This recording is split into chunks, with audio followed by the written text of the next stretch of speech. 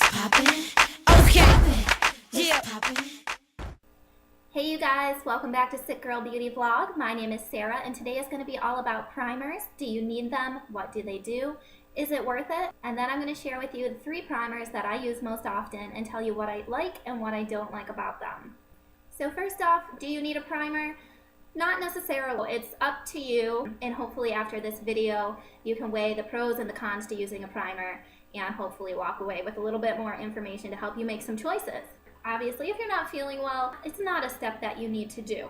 But if you are working or you need to present yourself nicely and you don't feel confident about your skin, it's something to think about for sure because it really does help improve your skin. So what a primer is supposed to do, you use it after you put on your moisturizer. You put your moisturizer on for the day, you let that soak in, then you're going to put on a makeup primer before you put on the rest of your makeup, your foundation, and everything else that you use. So what a primer is supposed to do, it's supposed to make your makeup last longer throughout the day. It's supposed to minimize fine lines and pores and wrinkles, and it's supposed to give your skin a lot smoother feel and finish, which makes your foundation and everything else glide on a lot smoother, and therefore it's not sinking into your pores and bringing out the looks of your pores and your fine lines and everything that you don't want people to see. So here's why I personally like primers. When I am on steroids, which happens frequently, or certain medications, I really need something to help out my skin because for some reason my skin is really affected by my health and by the medications that I take. A nice thing about a primer, for one, it minimizes your pores and your fine lines and your wrinkles, and it makes your makeup stay on smoother and longer. For me, I have oily skin, it breaks out a lot, I sweat a lot on certain medications, so I need something that's going to keep my makeup in place, because what's going to happen throughout the day, or if you're sweating a lot, is if you don't use a primer and you just put your foundation on and you start sweating, your makeup's going to start sliding.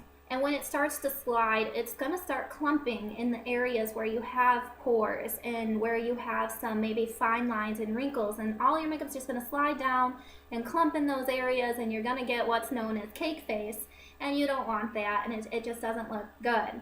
So a primer is going to help stop those things. Another thing that it does is it smooths out my skin a lot better. So I use a silicone-based primer, and it really feels for me that it's filling in I have some scarring from acne on my chin area. It smooths that over really nicely. It fills in all my pores and certain wrinkles that I have. I know it's hard to believe, but I do have some wrinkles too. And it fills those areas in really nicely. It makes my skin feel so smooth and silky. And then when I put my foundation on, it just makes my face look very even, very smooth, and it helps my makeup to stay on longer so I don't get the sliding makeup sticking in the areas that I don't want it to do.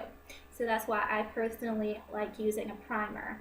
So before you go on the hunt for the perfect primer, you gotta think about a few things. First, what skin type do you have? Is your skin oily? Do you sweat a lot? Do you get acne? Do you have dry patches in areas? Do you have skin discoloration that you need to minimize? Is your skin sensitive? There's a whole bunch of things to take into account before you go on the hunt for the perfect primer for you. So think about how your skin works, what type that you have, and then for us as sick ladies, we have to think about a little bit more than the average lady on the street has to think about. What kind of medications do you take and how do they affect your skin? But when I take methotrexate, one of the things that methotrexate does is it slows down cell production. Since I wasn't having that rapid cell division in my skin, I was getting really rough, dry, hard, scaly patches on my skin. So that's something that I had to think about when choosing makeup. Does your medication give you rashes? If so, you may want to choose a primer that has some color correcting qualities to it to minimize the redness of those rashes. Do you take steroids and how does that affect your skin? When I'm on steroids, I break out in acne all over the place. So that's another thing that you want to think about. Do you sweat a lot? Which is another problem that I have when I'm on steroids. So you want to think about how the medication that you are taking affects your skin. Another thing you want to think about is cost. For me, I am a bargain shopper. I will buy the cheapest thing I can find if it works, but I will spend money on the things that I find that work really well and that I feel that I need.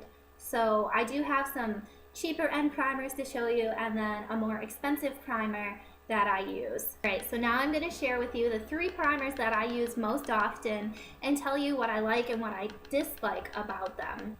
So this is the cheapest primer that I use, and it's by Hard Candy. There we go. So this is Hard Candy Sheer Envy Illuminating Primer, and this runs about $6. So what I like about this first is the price, obviously, because $6 is not that bad. What I also like about this is the way that it feels on my skin. It feels most like the primer that I like the best, which I'll show you in a minute or two. So it gives you a really nice, smooth, soft finish. What I dislike about this primer is that if you tend to have more oily skin, it can cause you to break out a little bit more. It sometimes tends to make my face look greasy and oily, so it's not my favorite primer. It does a good job at making my skin smooth and making my foundation go on nice. What I don't like about it, it doesn't make your makeup last longer. I don't find that it does that for me, and I find that later on in the day my face starts to look kind of oily and greasy. So not my favorite, but if you have more of a dry skin, then this could work really well for you. So the second primer that I am going to review was one of my favorites. It was one that I was using for a long time before I started using what I'm using now. There we go. So this is by Rimmel London, and it's Fix and Perfect Primer. I like this because, again, the price, I think it runs close to $8, which is not that bad. And I really like the coverage that this gives me. I'm the type of person, my skin needs a lot, like full coverage, because I have a lot of skin issues. You never notice it when I'm on camera because I can hide it really well, and talking into a bright light makes me look a lot better than I actually do, just being honest. Because I have a lot of acne scarring, I have some discoloration, I was like freckle face galore when I was a kid. And this seems to give a little bit more coverage. Even as a primer, it tends to do a really good job at making my makeup stay on all day, which is nice. So again, you don't get your foundation sliding and clumping in areas that you don't want it to. What I also like about this is it has a nice creamy feel. So when you put it on, you just feel like you're getting really good coverage, that it's soaking into all your pores and your wrinkles and fine lines and everything, and just smoothing out your face. So I really like the feel of it and the way it covers. It gives you like a little bit of extra coverage. It really did make my makeup last longer. All good things. What I don't like about this sometimes is it has like a peachy color to it. A little I don't know if I can get it to show up on the camera, but I will try. I don't know if you can see that, but it's a little bit peachy. There's a tint there to it. If you don't rub it in really well, it can give your skin a little bit of a tint to it, like a little bit of a peachy or orangey tint, and that may affect the way that your foundation color shows up on your face. So that's something to be careful of with this. I really loved this for a long time, and then I ended up hating it for a while because of that peachy tint that I was getting under my foundation. It was almost changing the color of my foundation and giving me like an orange peachy face, which I didn't like. So it really just depends. You're going to have to work with it. This is kind of a thing that you need to work with, but it's a great primer. I had to put it in there just because of the cost and the way it works. It's a really good primer if you're looking for something that's cost effective. So now I'm going to show you my favorite primer and what I use on special occasions, or if I'm doing video blogs or photo shoots, or if I have to go to work, because I work at a salon in the beauty industry where I need to look nice and professional, and sometimes my skin just isn't working with me. There we go. So this is Smashbox Photo Finish Primer, and I love this stuff. It is the best primer that I've ever used. However, it is so expensive. And this is just the trial size, which was $17. I ran out of my their regular size, which is $36, so it's expensive. And the regular size comes in a pump, And this is just, again, like their trial size. So if you want to just try it out, you can buy the little one. The thing that I like about Smashbox primers is that there is one for everyone. So this is just their normal regular one. There is this that comes in a light formula, which is more water-based for like oily and acne-prone skin. So that's a nice thing if you have oily, acne-prone skin. They make a primer for that. They have a color-correcting primer. They have an anti-aging primer. They have one that's made to fill in pores and hide pores more in lines and stuff like that. So they have like all sorts of primers, which is great. You can usually find one that'll work good for you. What I love about this original Smashbox Photo Finish Primer is the feel that it gives my skin. And this one's a more silicone base, which I like.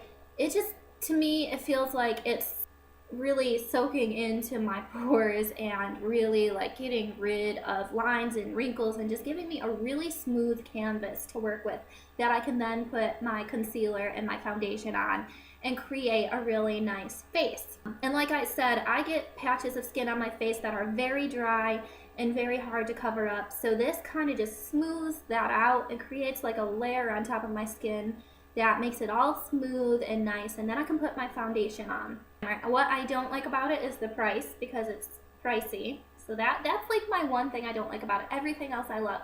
The other thing that I would just warn you with, because this is more silicone based and it really does like seep into those pores and your fine lines and everything, is to really make sure that you wash your face every night and are exfoliating every now and then to get all that out, because you're going to create acne and breakouts and stuff like that if you're not cleansing your face very well after using stuff like this. So I hope that gave you a little bit more knowledge about makeup primers. Is it something that you need? No, it's not something that you need. You don't need it if you're young, if you have nice skin already, if you want to save money. It's not something that you necessarily have to have. But if you find that your skin is causing you issues because of your health, a primer is something that is nice to have. I'm addicted to using them now just because I notice a huge difference, but it's not something that you need to use. It's not like a necessary step. Of course, no makeup is a necessary step, but it's one of those things that you can get away with.